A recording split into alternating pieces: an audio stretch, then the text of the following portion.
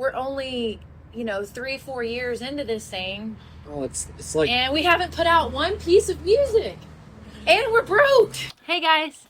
Oh, you're just say it with me. I'm Jen Fielder. And I'm Trey Smith. She's laughing and we're Smithfield. Gosh, can you believe we've been together 14 years? 14 years. Cheers to that. Not together like... You know what I mean. Is that all we're supposed to say? Come along with us. We're figuring this thing out still. Yeah. That was probably really dumb. Together there ain't no doubt. We'll figure it out. We'll figure it out. Together there ain't no doubt. We'll figure it out. We'll figure it out. For those of you that don't know, Trey and I have actually known each other since we were 10 and 12 years old. We grew up together. Our families grew up together. Grandparents went to high school together. Parents went to high school together. So we're like there's a generational bond. And what led us to Nashville is we've both wanted to do music our whole lives. I grew up in a country, not band, but grew up singing in country bands all over Texas. Trey grew up in a rock and roll band. Nope. And when his band broke up, he reached out to me, and his cousin actually, wanted to put us together. She was like, I've seen you two sing your whole life, and I think you'd be amazing as a duo. And I was like, Trey reached out to me, came over in college, and we played a few songs together, and just, I get chills talking about it, because it was like fate brought us together, our families brought us together, and we had these amazing harmonies, you know? I think you and I both knew that day, this is what was meant to be. Yeah, we definitely knew it was special.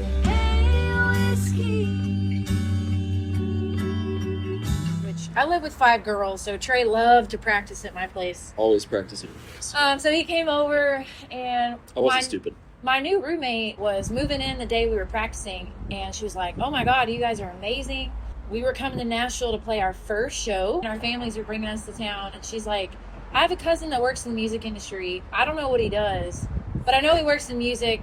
He's got to meet you guys. We met her cousin, who actually was a booking agent at the largest talent agency, and he really saw something in us. He saw the same thing we did the first time we sang together, our harmonies, and had breakfast at Holiday Inn the next morning. And keep in mind, we had no original music at this point. We decided we were going to move up here, I think, pretty quickly after we got home. We were like, hey, before we make this crazy leap, let's get to the town. Let's figure out where we want to live, what's most affordable, what's safe.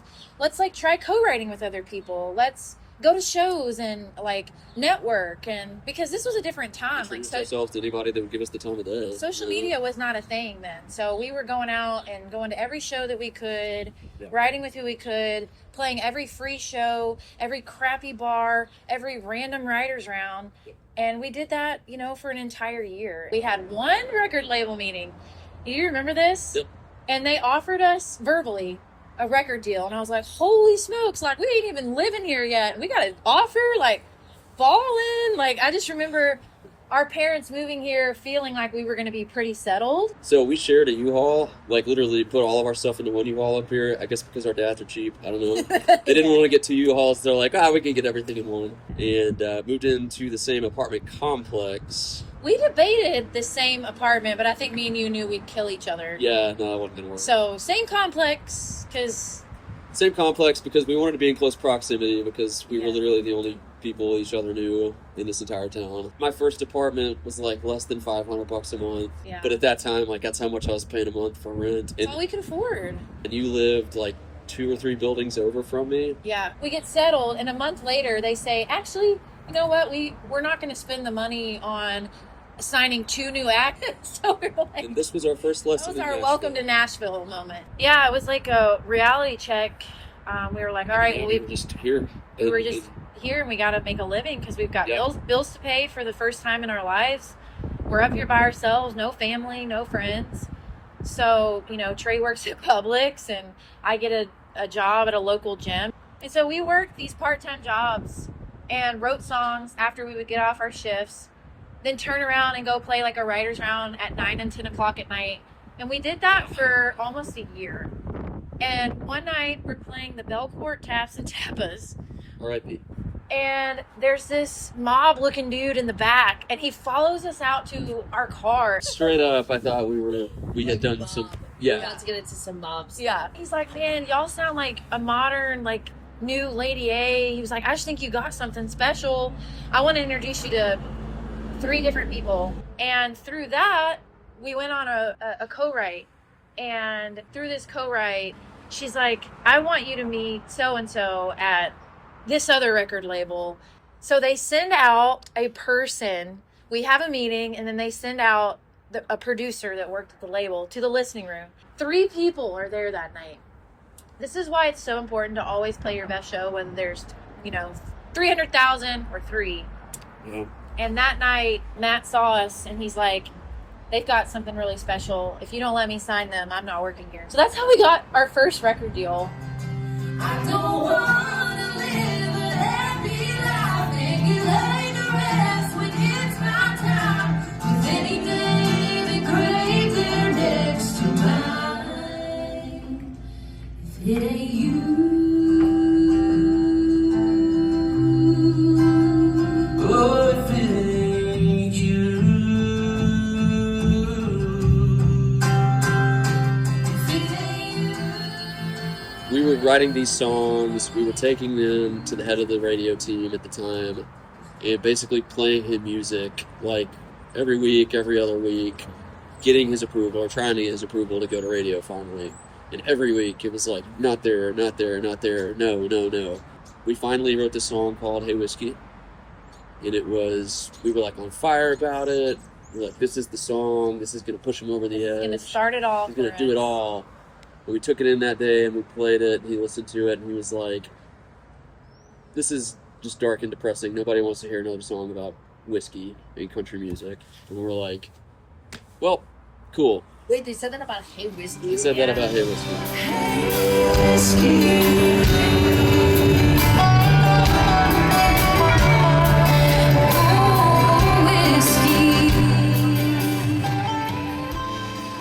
After a year of like dogging it out, keep in mind, we were still working part-time jobs on this record label, because when they signed us, see, we're 2 individual people, but we're only signed as one act. Yeah, And it was a 360 deal. what a lot of people out there don't know is they think, oh, you get a record deal, you're going to be famous, you're going to be the star, you're going to be making all this money.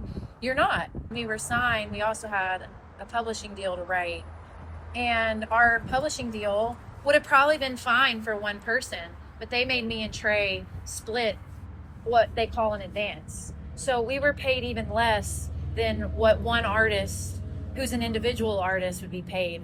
So it was a really hard time, We were writing songs sometimes twice a day, working part-time jobs, trying to prove to our label that we even deserved to be there, trying to get to go to radio. And we do this for an entire year. And finally, they allow us to make a record. So we go, we make a whole record, 8 songs. We're so excited, but Hey Whiskey wasn't allowed on it. And 1 month, or maybe 2 months before our first radio tour was supposed to start, we got a phone call that the whole label is shutting down. 48 employees lost their jobs. Every artist on the record label was like at a standstill. We couldn't put out music. We couldn't try to go to another label. I've never in my life felt like a piece of furniture. Yeah. But that's like basically what we were. They were trying to just liquidate us off. And it was just a really hard time. It's like, man, like we're only, 3-4 years into this thing. Oh, it's like... And we haven't put out one piece of music. And we're broke. We do this Kickstarter. We tell the story to our 1,000 followers of what happened to us. And these 1,000 people stepped up and raised money for us to do our first record. And so we go and we're like, all right, we spent all the money to do this record. How the heck do we promote it? Because we don't have a label at this point. So we meet a very special person, again, playing these writers' rounds all over town. We got introduced to the head of the Grand Ole Opry at this time. And he thinks that we have something really special. And he's like, okay, I'm going to take you guys down to the bank. A freaking bank. And we're going to play music for them. We're going to show that you're playing shows. And we're going to try to get a loan for you guys. Keep in mind, Trey and I don't have any credit at all. We're like, how is a bank going to give us a loan? I had never owned a credit card in my life. Neither did I. We had no credit. But we go down, we play for this bank, and we play one song, Hey Whiskey. And they're like, well, we don't know you, but we think you're really talented. We see that you're going to be playing shows. We're going to give you this loan. And we do a music video. The head of CMT at this time is like more open to independents and women in particular, and is trying to make an initiative in country music. Leslie Fram. And she plays our first music video on CMT. That led to our Grand Ole Opry debut.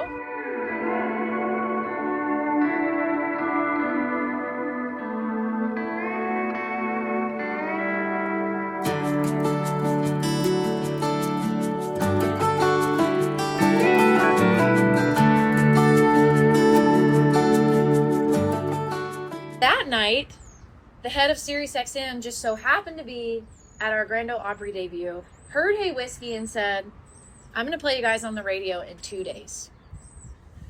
We have no team, no money, nothing, and we are put on a massive platform, and that song started it all. So there was because we got on SiriusXM, the Highway, they had this thing called the Highway Tour, multi-city tour, and that was like our first experience, like getting out on the road and really like road dogging it. And we are really building this thing as an independent artist. We would pull up to some festivals and everybody would be in a bus and we would be in a Sprinter van like, hey, we just drove 18 hours, now we're about to play. Started playing bigger festivals through that, and then we got a bunch of opening slots. Like, we were out there having the time of our lives, you know, and we did that solid for 3 years. The publisher at the time said, you know what, this song's building steam and doing amazing things. I'm gonna invest in you. We'll start an indie label, which is so tough at country radio, and we'll take Hey Whiskey. So then we go from touring, doing all these shows, to doing a full-blown radio tour. Just like any other like major label artist, we're out there playing the free shows, doing the free dinners, road dogging it, trying to promote this song. And I think that whole year, visited 113 stations. And I'm so proud to say that we got it to 52 as an independent act. No leverage, not a lot of money, no like major backing, just us and our raw talent and our work ethic. Hey, whiskey.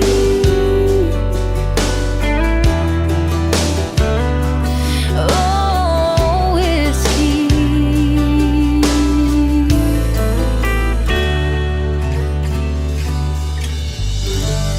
I always say Hey Whiskey's the song that started it all, and We'll Figure It Out saved me and Trey.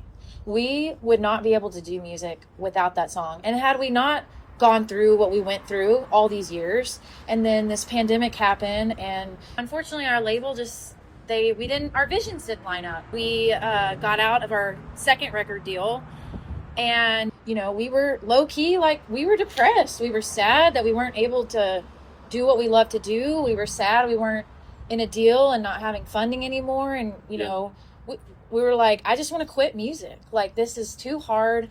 I don't know what I'm doing anymore. I'm so far into this. And I always say this, I don't know who said what, but we had a co-write booked. And we didn't want to go because we were tired, and again, we wanted to quit music. But one of us looked at each other and said, as long as we stick together, we are going to figure this out. Because we wrote something from a vulnerable place and from such a real place, it connected with the whole world, because the whole world was going through what we were feeling, just in different ways. It's chaos. It was chaos. The world was chaos. So because of that, it allowed us to write this song that literally saved us. And I say that because this song has 35 million streams on its own. 35 million streams. It literally helped Trey and I get through making $0 to now being able to self-fund all of the rest of our music that's come out since 2020 and 2021. The important thing you forgot about that, though. What did I forget? So, We'll Figure It Out was not originally on the Newtown record. So no, it wasn't. So it's kind of like a Hey Whiskey. It's kind of like a Hey, maybe we need to start paying attention. Yeah, to I was like, maybe Every person that says our songs This- suck, they end up being the song that just misses the record is the song we need to make. Alright. Baby, the truth is nobody knows what they're doing. I don't have the why, when, or how, but we'll figure it out. We'll figure it out. Highways are dirt roads, Sunset highs and heartbreak lows. Together there ain't no doubt. We'll figure it out. We'll figure Yeah, it I out. mean, this new phase of our lives, you know, we're still figuring it out, and I'm so proud of Trey. Produces all of our music now, and we're producing and creating our first album. Part 1 already dropped, but we've been working on part 2 for like over a year, so stay tuned. We've put our blood, sweat, and tears into this. In episode 2, we're going to take you guys through some of the new music, some of the stories, some of the creation of it, Some scenes of the crimes. yeah, in the studio. I just want you guys to see what we've got cooking and what's coming up next for our album coming out later this year.